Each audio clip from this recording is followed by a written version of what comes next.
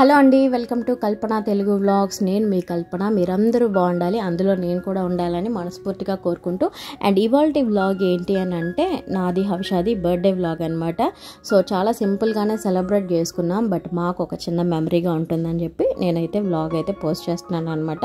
In case మీకు ఒకవేళ నచ్చితే తప్పకుండా లైక్ చేయడం మర్చిపోకండి. అండ్ మీరు ఇచ్చే లైక్ల వల్ల మాకు కొద్దిగా మోటివేషనల్గాను అలాగే సపోర్ట్ చేసినట్టు ఉంటుంది అనమాట. సో బర్త్డే కాబట్టి చాక్లెట్స్ తీసుకుందామని చెప్పి షాపింగ్కి అయితే వచ్చేసా. ఆలస్యం చేయకుండా వీడియోలోకి వెళ్ళిపోదాం పదండి. సో ఫైనల్లీ మా షాపింగ్ ఏంటి అని అంటే, హవిష బర్త్డే రోజు స్కూల్ ఉంది, పైగా ఎగ్జామ్ ఉందన్నమాట. So compulsory full day attend చేయాలి.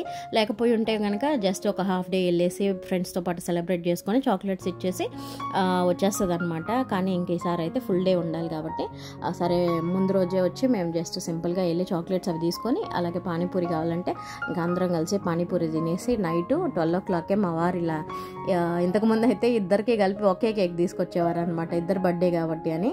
బట్ ఈ మధ్య అయితే చెన్నైకి వచ్చిన దగ్గర నుంచి 2 కేకులు తీసుకొస్తున్నారు, నాకు ఒకటి హవిషాకి ఒకటి అని చెప్పి. అండ్ ఒకటేమో 2 కూడా ఐస్ క్రీమ్ కేక్స్ అనమాట. ఒకటి ఐబాకో నుంచి అండ్ ఇంకోటి వచ్చి ఇంకా వేరే ఏదో సమ్ అదర్ యాప్ నుంచి అనమాట. సో 2 కేక్స్ కూడా చాలా బాగున్నాయి. కేక్స్ అని చెప్పడం కంటే ఐస్ క్రీమ్స్ అని చెప్పచ్చు, ఐస్ క్రీమ్ కేక్ అనమాట. అండ్ హవిష ఏంటంటే నా బర్త్డేకి ఒక చిన్న లెటర్ లాగా రాసుకొచ్చింది అనమాట, ఐ లవ్ యూ అమ్మ అని చెప్పనని. మామూలుగా అయితే బర్త్డే సెలబ్రేషన్స్ అనగానే నేను ఏదో ఒకటి పిల్లల కోసం కంపల్సరీ ఏదో ఒక డెకరేషన్ అలా చేసేదాన్నండి. అండ్ ఇప్పుడు ఏంటంటే నాది కూడా సేమ్ డే బర్త్డే అయ్యేసరికి పాపం హవిష బర్త్డే అన్నది మర్చిపోయి ఇంకా నా బర్త్డే కాబట్టి నా బర్త్డేకి నేనే ఎలా డెకరేషన్ చేసుకుంటాను అన్నట్టుగా నాకు ఆ మైండ్ థాట్ అసలు రావట్లేదు అనమాట. అందుకే అసలు మా బర్త్డే టైంకి అసలు ఏ డెకరేషన్స్ ఉండవు. అదే మా సన్నిగాడి బర్త్డే కానీ మా వారి బర్త్డే కానీ వస్తే కొద్దిగా డెకరేషన్స్ అవన్నీ చేస్తాం అనమాట. బట్ మా బర్త్డే దగ్గరికి వచ్చేసరికి ఏంటంటే మేమే డెకరేట్ చేసుకోవాలంటే కొద్దిగా ఏదో నాకు ఒకలాగా ఉంటుంది అనమాట. అందుకని చెప్పి అసలు డెకరేట్ చేయడమే మానేశాను. అండ్ హవిష కూడా పాపం నన్ను ఏం అడగదు, ఏమ్మా నాకు డెకరేషన్ చేయట్లేదు అని చెప్పానని.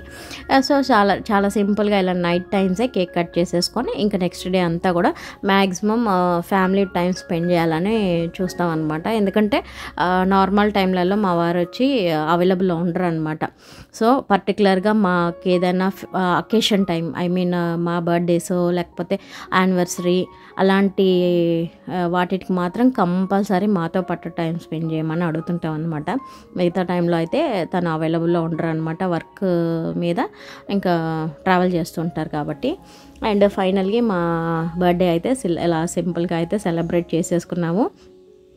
అండ్ మీరు ఎలా సెలబ్రేట్ చేసుకుంటారు అన్నది తప్పకుండా కామెంట్ చేయండి.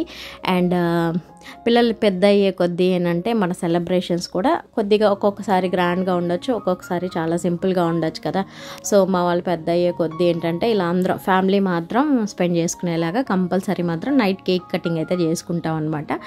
సో యాక్చువల్లీ మా బర్త్డే సెలబ్రేషన్స్ అయితే మేము ఈరోజు చాలా త్వరగానే స్టార్ట్ చేసామండి. అంటే బయటకు వెళ్ళేసి వచ్చాం కదా, అందుకని చెప్పి కేక్స్ మా వారు తీసుకురాగానే టైం ఇంకా అవ్వలేదు అని చాలా వెయిట్ చేసి ఫైనల్గా మేము తెచ్చుకున్న కేక్స్ మేమే తినేస్తున్నాం అనమాట. అండ్ బర్త్డే కాబట్టి హవిష ఏంటంటే నాకు గోరింటాకు పెట్టమ్మా అని అడిగితే ఇంకా ఆకు దొరకలేదు. పైగా మేము ఆషాఢ మాసంలో కూడా గోరింటాకు పెట్టుకోవడానికి మాకు ఆకు దొరకలేదు అనమాట. అందుకని చెప్పి ఇంట్లో కోన్స్ ఉంటే మెహందీ కోన్స్ వాటితోటి హవిషకి ఇలా నార్మల్గా మనం ఆకుతో పెట్టుకున్నప్పుడు ఎలా పెడతాం అలాగే డిజైన్ అయితే పెట్టేశాను అనమాట. సో నాకైతే చాలా బాగా నచ్చింది. బట్ హవిషకి పెట్టేశాను కానీ నాకు పెట్టుకోవడానికి నాకు అంత ఓపిక లేదనమాట.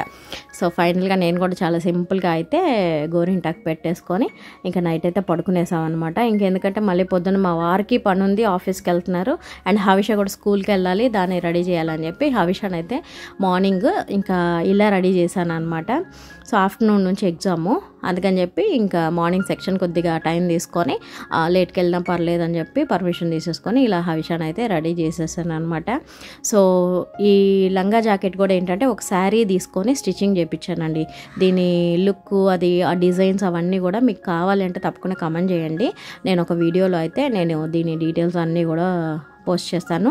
అండ్ ఎలాగో మనం బ్యూటిషియన్ కోర్స్ నేర్చుకున్నాం కాబట్టి హవిషకి కొద్దిగా ఇలాంటి డిఫరెంట్ హెయిర్ స్టైల్ వేసి లైట్గా చిన్న పాప కాబట్టి మేకప్ ఎక్కువ లేకుండా లైట్గా మేకప్ టచ్ ఇచ్చాను అనమాట. సో ఈ లుక్ ఎలా ఉందో తప్పకుండా కామెంట్ చేయండి. అండ్ ఫైనల్లీ మా వారు ఆఫీస్ నుంచి రావడం అండ్ హవిష వాళ్ళు కూడా స్కూల్ నుంచి అలాగే ట్యూషన్కి వెళ్ళేసి వచ్చిన తర్వాత హరి అని మా వారి ఆఫీస్లో కొలీగ్ అనమాట. సో మా వారికి బాగా క్లోజు, అలాగే మా ఫ్యామిలీకి కూడా బాగా క్లోజ్ అయిపోయాడు అనమాట. సో ఈ హరి అనే పేర్లతో ఉన్న వాళ్ళందరూ కూడా మాతో బాగా ఫ్రెండ్లీగా ఫ్యామిలీలో క్లోజ్ అయిపోతారండి. చిన్నప్పటి నుంచి కూడా హరి అని మా ఇంట్లో ఒకడు ఉండేవాడు. వాడు అక్క అక్క అంటూ కొన్ని ఇయర్స్ పాటు నాతో పాటు ఉండేవాడు. అండ్ తర్వాత కరీంనగర్కి వెళ్ళిన తర్వాత కరీంనగర్లో కూడా హరి అని చెప్పి అక్కయ్య అక్కయ్య అంటూ నాతో చాలా బాగా క్లోజ్గా ఉండేవాడు. పిల్లల్ని చాలా బాగా చూసుకునేవాడు. అండ్ ఇప్పుడు చెన్నైకి వచ్చిన తర్వాత మా వారి ఆఫీస్లో కొలీగ్ అతను కూడా హరి అనమాట.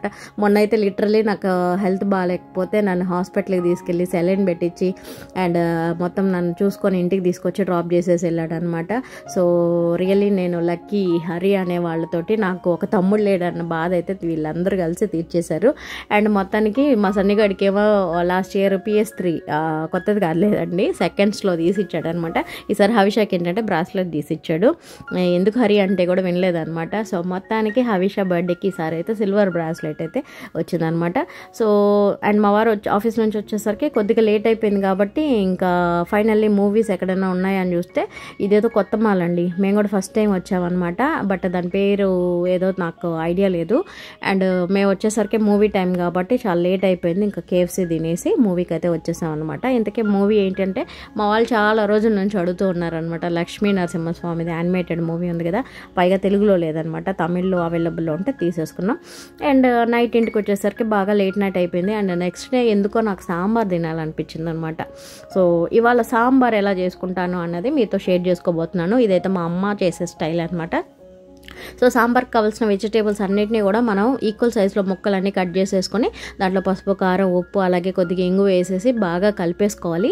అండ్ చింతపండు పులుసును అయితే ఆల్రెడీ నానబెట్టేసుకోవాలన్నమాట. ఆ పులుసును అయితే ఇప్పుడు యాడ్ చేస్తున్నాము. థిక్గా యాడ్ చేసిన తర్వాత ముక్కలన్నిటికీ పట్టేలాగా ఒకసారి కలిపేసుకుని ఆ తర్వాత మనం కొద్దిగా వాటర్ యాడ్ చేసుకొని ముక్కలన్నీ నీళ్ళల్లో మునిగేలాగా వచ్చి మనం వాటర్ అయితే యాడ్ చేసుకోవాలన్నమాట. సో ఇప్పుడు కనుక మనం ఆ వాటర్ని కొద్దిగా టేస్ట్ చేస్తే పులుపు తగ్గిన, కారం ఎక్కువ అనిపించిన, సాల్ట్ తక్కువ అయినా కూడా ఇప్పుడు యాడ్ చేసేసుకుంటే కనుక మనకి ముక్కలకి అంతా పట్టుద్ది, లేకపోతే ముక్కలన్నీ చప్పగా ఉంటాయి అనమాట. సో ఫైనల్గా నేను టేస్ట్ చేస్తే కొద్దిగా ఉప్పు తక్కువ అనిపించింది అండ్ యాడ్ చేసేసి స్టవ్ మీద అయితే పెట్టేస్తున్నాను అనమాట. ఇది ఉడికేలోగా ఏంటంటే నేను ఆల్రెడీ పొద్దున్నే కందిపప్పుని కుక్కర్లో వేసి ఒక 5-6 విజిల్ రానిచ్చి మెత్తగా ఉడికించేసాను. అండ్ ఇప్పుడు ఈ ముక్కలన్నీ బాగా చింతపండు రసంలో ఉడికిన తర్వాత అప్పుడు మనం పప్పు అనేది అందులో యాడ్ చేసుకోవాలన్నమాట, లేకపోతే ముక్కలు అయితే ఉడకవండి. సో ఫైనల్లీ పప్పు వేసిన తర్వాత మళ్ళీ బాయిల్ అవుతూ ఉంది. ఆల్టర్నేట్గా నేను ఏంటంటే తిరగమాత పెట్టేసుకున్నాను. స్టవ్ మీద బాండలు పెట్టేసుకొని కొద్దిగా ఆయిల్ వేసుకొని అండ్ అందులో ఆవాలు, జీలకర్ర, అలాగే తెల్లగడ్డలు, ఎండుమిరపకాయలు, కొద్దిగా కరివేపాకు అండ్ ఆనియన్స్ వేసేసి బాగా ఫ్రై చేయాలి. అవి బాగా ఫ్రై అయిన తర్వాత టమాటా యాడ్ చేసి కొద్దిగా ఇంగువ, మళ్ళీ పసుపు, కారం యాడ్ చేసేసుకొని దీన్ని కూడా బాగా ఎర్రగా రోస్ట్ చేసుకోవాలన్నమాట. ఈ ఎర్రగా రోస్ట్ చేసిన తర్వాతే మనం సాంబార్లోకి యాడ్ చేసుకోవాలి. అండ్ ఫైనల్లీ ఇది బాగా మిక్స్ అయిన తర్వాత మనం సాంబార్లో యాడ్ చేసేసి దాన్ని ఒక 4-5 పొంగులు రానిచ్చామనుకోండి, సాంబార్ అయితే రెడీ అయిపోయిందనమాట. సో ఫైనల్లీ ఇవాళ మన లంచ్ మెనూ అయితే వేడివేడి సాంబార్, అలాగే వేడివేడి రైస్ అండ్ సాంబార్లోకి నంచుకోవడానికి వేడివేడి ఆలు ఫ్రై అనమాట. సో దీన్ని ఆలు పుట్టు అంటారనమాట. దీని రెసిపీ కావాలనుకుంటే తప్పకుండా కామెంట్ చేయండి. వీడియో నచ్చితే లైక్ చేయండి. మరిన్ని వీడియోస్ కోసం మన ఛానల్ని సబ్స్క్రైబ్ చేయండి. Thanks for watching. By by. మళ్ళీ కలుద్దాం.